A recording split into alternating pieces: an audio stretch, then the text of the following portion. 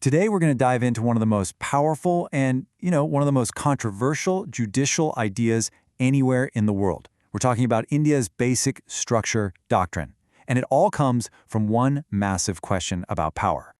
So let's start with that question, right? Think about it. Can a government, even one that's been elected with a huge majority, change anything it wants in the Constitution?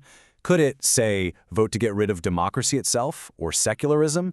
Now, this isn't just some abstract legal puzzle. This is the real-world fight that actually gave birth to the Basic Structure Doctrine. And the answer that came from India's Supreme Court is this doctrine. Now, to put it simply, it says that sure, Parliament can amend the Constitution, but it can't tear down its core identity. The best way to think about it is like this. The Constitution is a building. Parliament can renovate it. They can add a new floor, change the windows, whatever. But it absolutely cannot touch the foundation. That's the basic structure. Because if you do that, the whole building comes crashing down. Now, this idea didn't just appear out of thin air. Nope. It was forged in a long, drawn-out battle between Parliament and the courts, mostly over things like property rights and land reform. At first, way back in 1951, the court said Parliament's power was pretty much absolute. But then, by 1965, a few judges started to ask, hang on, are there some features so fundamental that they shouldn't be so easy to change? That idea simmered for a bit, until 1967, when the court pulled a dramatic U-turn in the Golok-Nath case, basically saying fundamental rights were sacred and totally off-limits. Well, that set the stage for a massive constitutional crisis. You had the court on one side, saying these rights were transcendental, untouchable. And on the other side, you had the government, which had a huge public mandate, seeing this as judges just getting in the way. So what did Parliament do? It hit back, hard. It passed new amendments that explicitly gave itself the power to change any part of the Constitution. The two sides were on a collision course. And I mean, what a showdown it was. To solve this crisis, the Supreme Court had to assemble its largest bench ever. 13 judges. Can you imagine? They sat and heard arguments for 68 days straight, trying to decide the very future of India's democracy. Literally, the fate of the Constitution hung in the balance. And the verdict they came up with was, frankly, brilliant. It was a compromise. The court said, okay, we're overturning Golok-Nath. Yes, Parliament can amend fundamental rights. But, and this is the big but, it cannot change the basic structure. Now, they didn't hand down a complete final list of what those features are. Instead, they pointed to core principles, things like democracy, secularism, separation of powers, as examples of this unchangeable constitutional DNA. And the logic behind it, which was just perfectly laid out by Justice H.R. Khanna, was so simple but so profound. The power to amend something is not the same as the power to destroy it.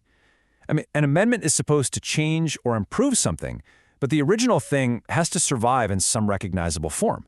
You can't, for example, amend a republic into a monarchy, right? Because that destroys its very identity. So, you have this new doctrine, but would it hold up under pressure? Well, it was almost immediately tested by fire during India's state of emergency.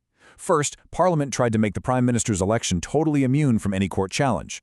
The Supreme Court said, nope, and struck it down, declaring that free and fair elections are a basic feature. So Parliament retaliated, passing an amendment that declared its own power was unlimited, but the court made its final stand in the famous Minerva Mills case, arguing that the very idea of limited government power was itself a basic feature. And that, right there, cemented the doctrine's role as a shield against absolute power. And since the emergency, the doctrine has been used in all sorts of new constitutional battles. It's been used to protect federalism and secularism, to shield judicial independence from government interference. It's been a really versatile tool. Now, more recently, in the Article 370 case, the court did take a narrower view, saying the doctrine is really for constitutional amendments, not every single government action. But taken together, all these cases show that it's still a very living, evolving principle. And it's still evolving today. I mean, just this year, in 2024, the court went right back to the issue where this whole story began: property rights. It clarified that the government can't just take any private property for the so-called common good without it passing a very specific legal test. It just goes to show how relevant the doctrine still is in balancing big social goals with our individual rights. But all this leads us to the huge, unsettled debate at the heart of it all. Who is supreme? Is it the Parliament, which represents the will of the people, or is it the Constitution itself? Critics will tell you the doctrine is just judicial overreach, a bunch of unelected judges telling the people's representatives what they can and can't do. But supporters say no, it's a necessary check to prevent a tyranny of the majority. And hey, this isn't just some old academic argument. It's very real and very current. Just last year, India's vice president himself argued that the judiciary can't be allowed to dilute Parliament's power, saying it would subvert the mandate of the people. That perfectly captures the ongoing tension here, this constant push and pull between the elected legislature and the judiciary.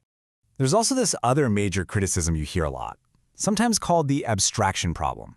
Because there's no definite written-in-stone list of what these basic features are, critics worry that it all comes down to the personal philosophies of the judges on the bench. They argue this vagueness creates legal uncertainty, which is a fair point to consider. But here's the really fascinating thing. Despite all the controversy, the Basic Structure Doctrine has become one of India's biggest constitutional exports. Courts in countries like Bangladesh, Pakistan, Uganda, they've all adopted similar ideas to protect their own democratic systems. It shows that this Indian innovation is helping answer a universal challenge. So we end up right back where we started. Is this judge-made doctrine the ultimate guardian of democracy, that final backstop against absolute power? Or is it an undemocratic threat, a tool that lets unelected judges overrule the will of the people? The answer to that question really defines the balance of power in the world's largest democracy.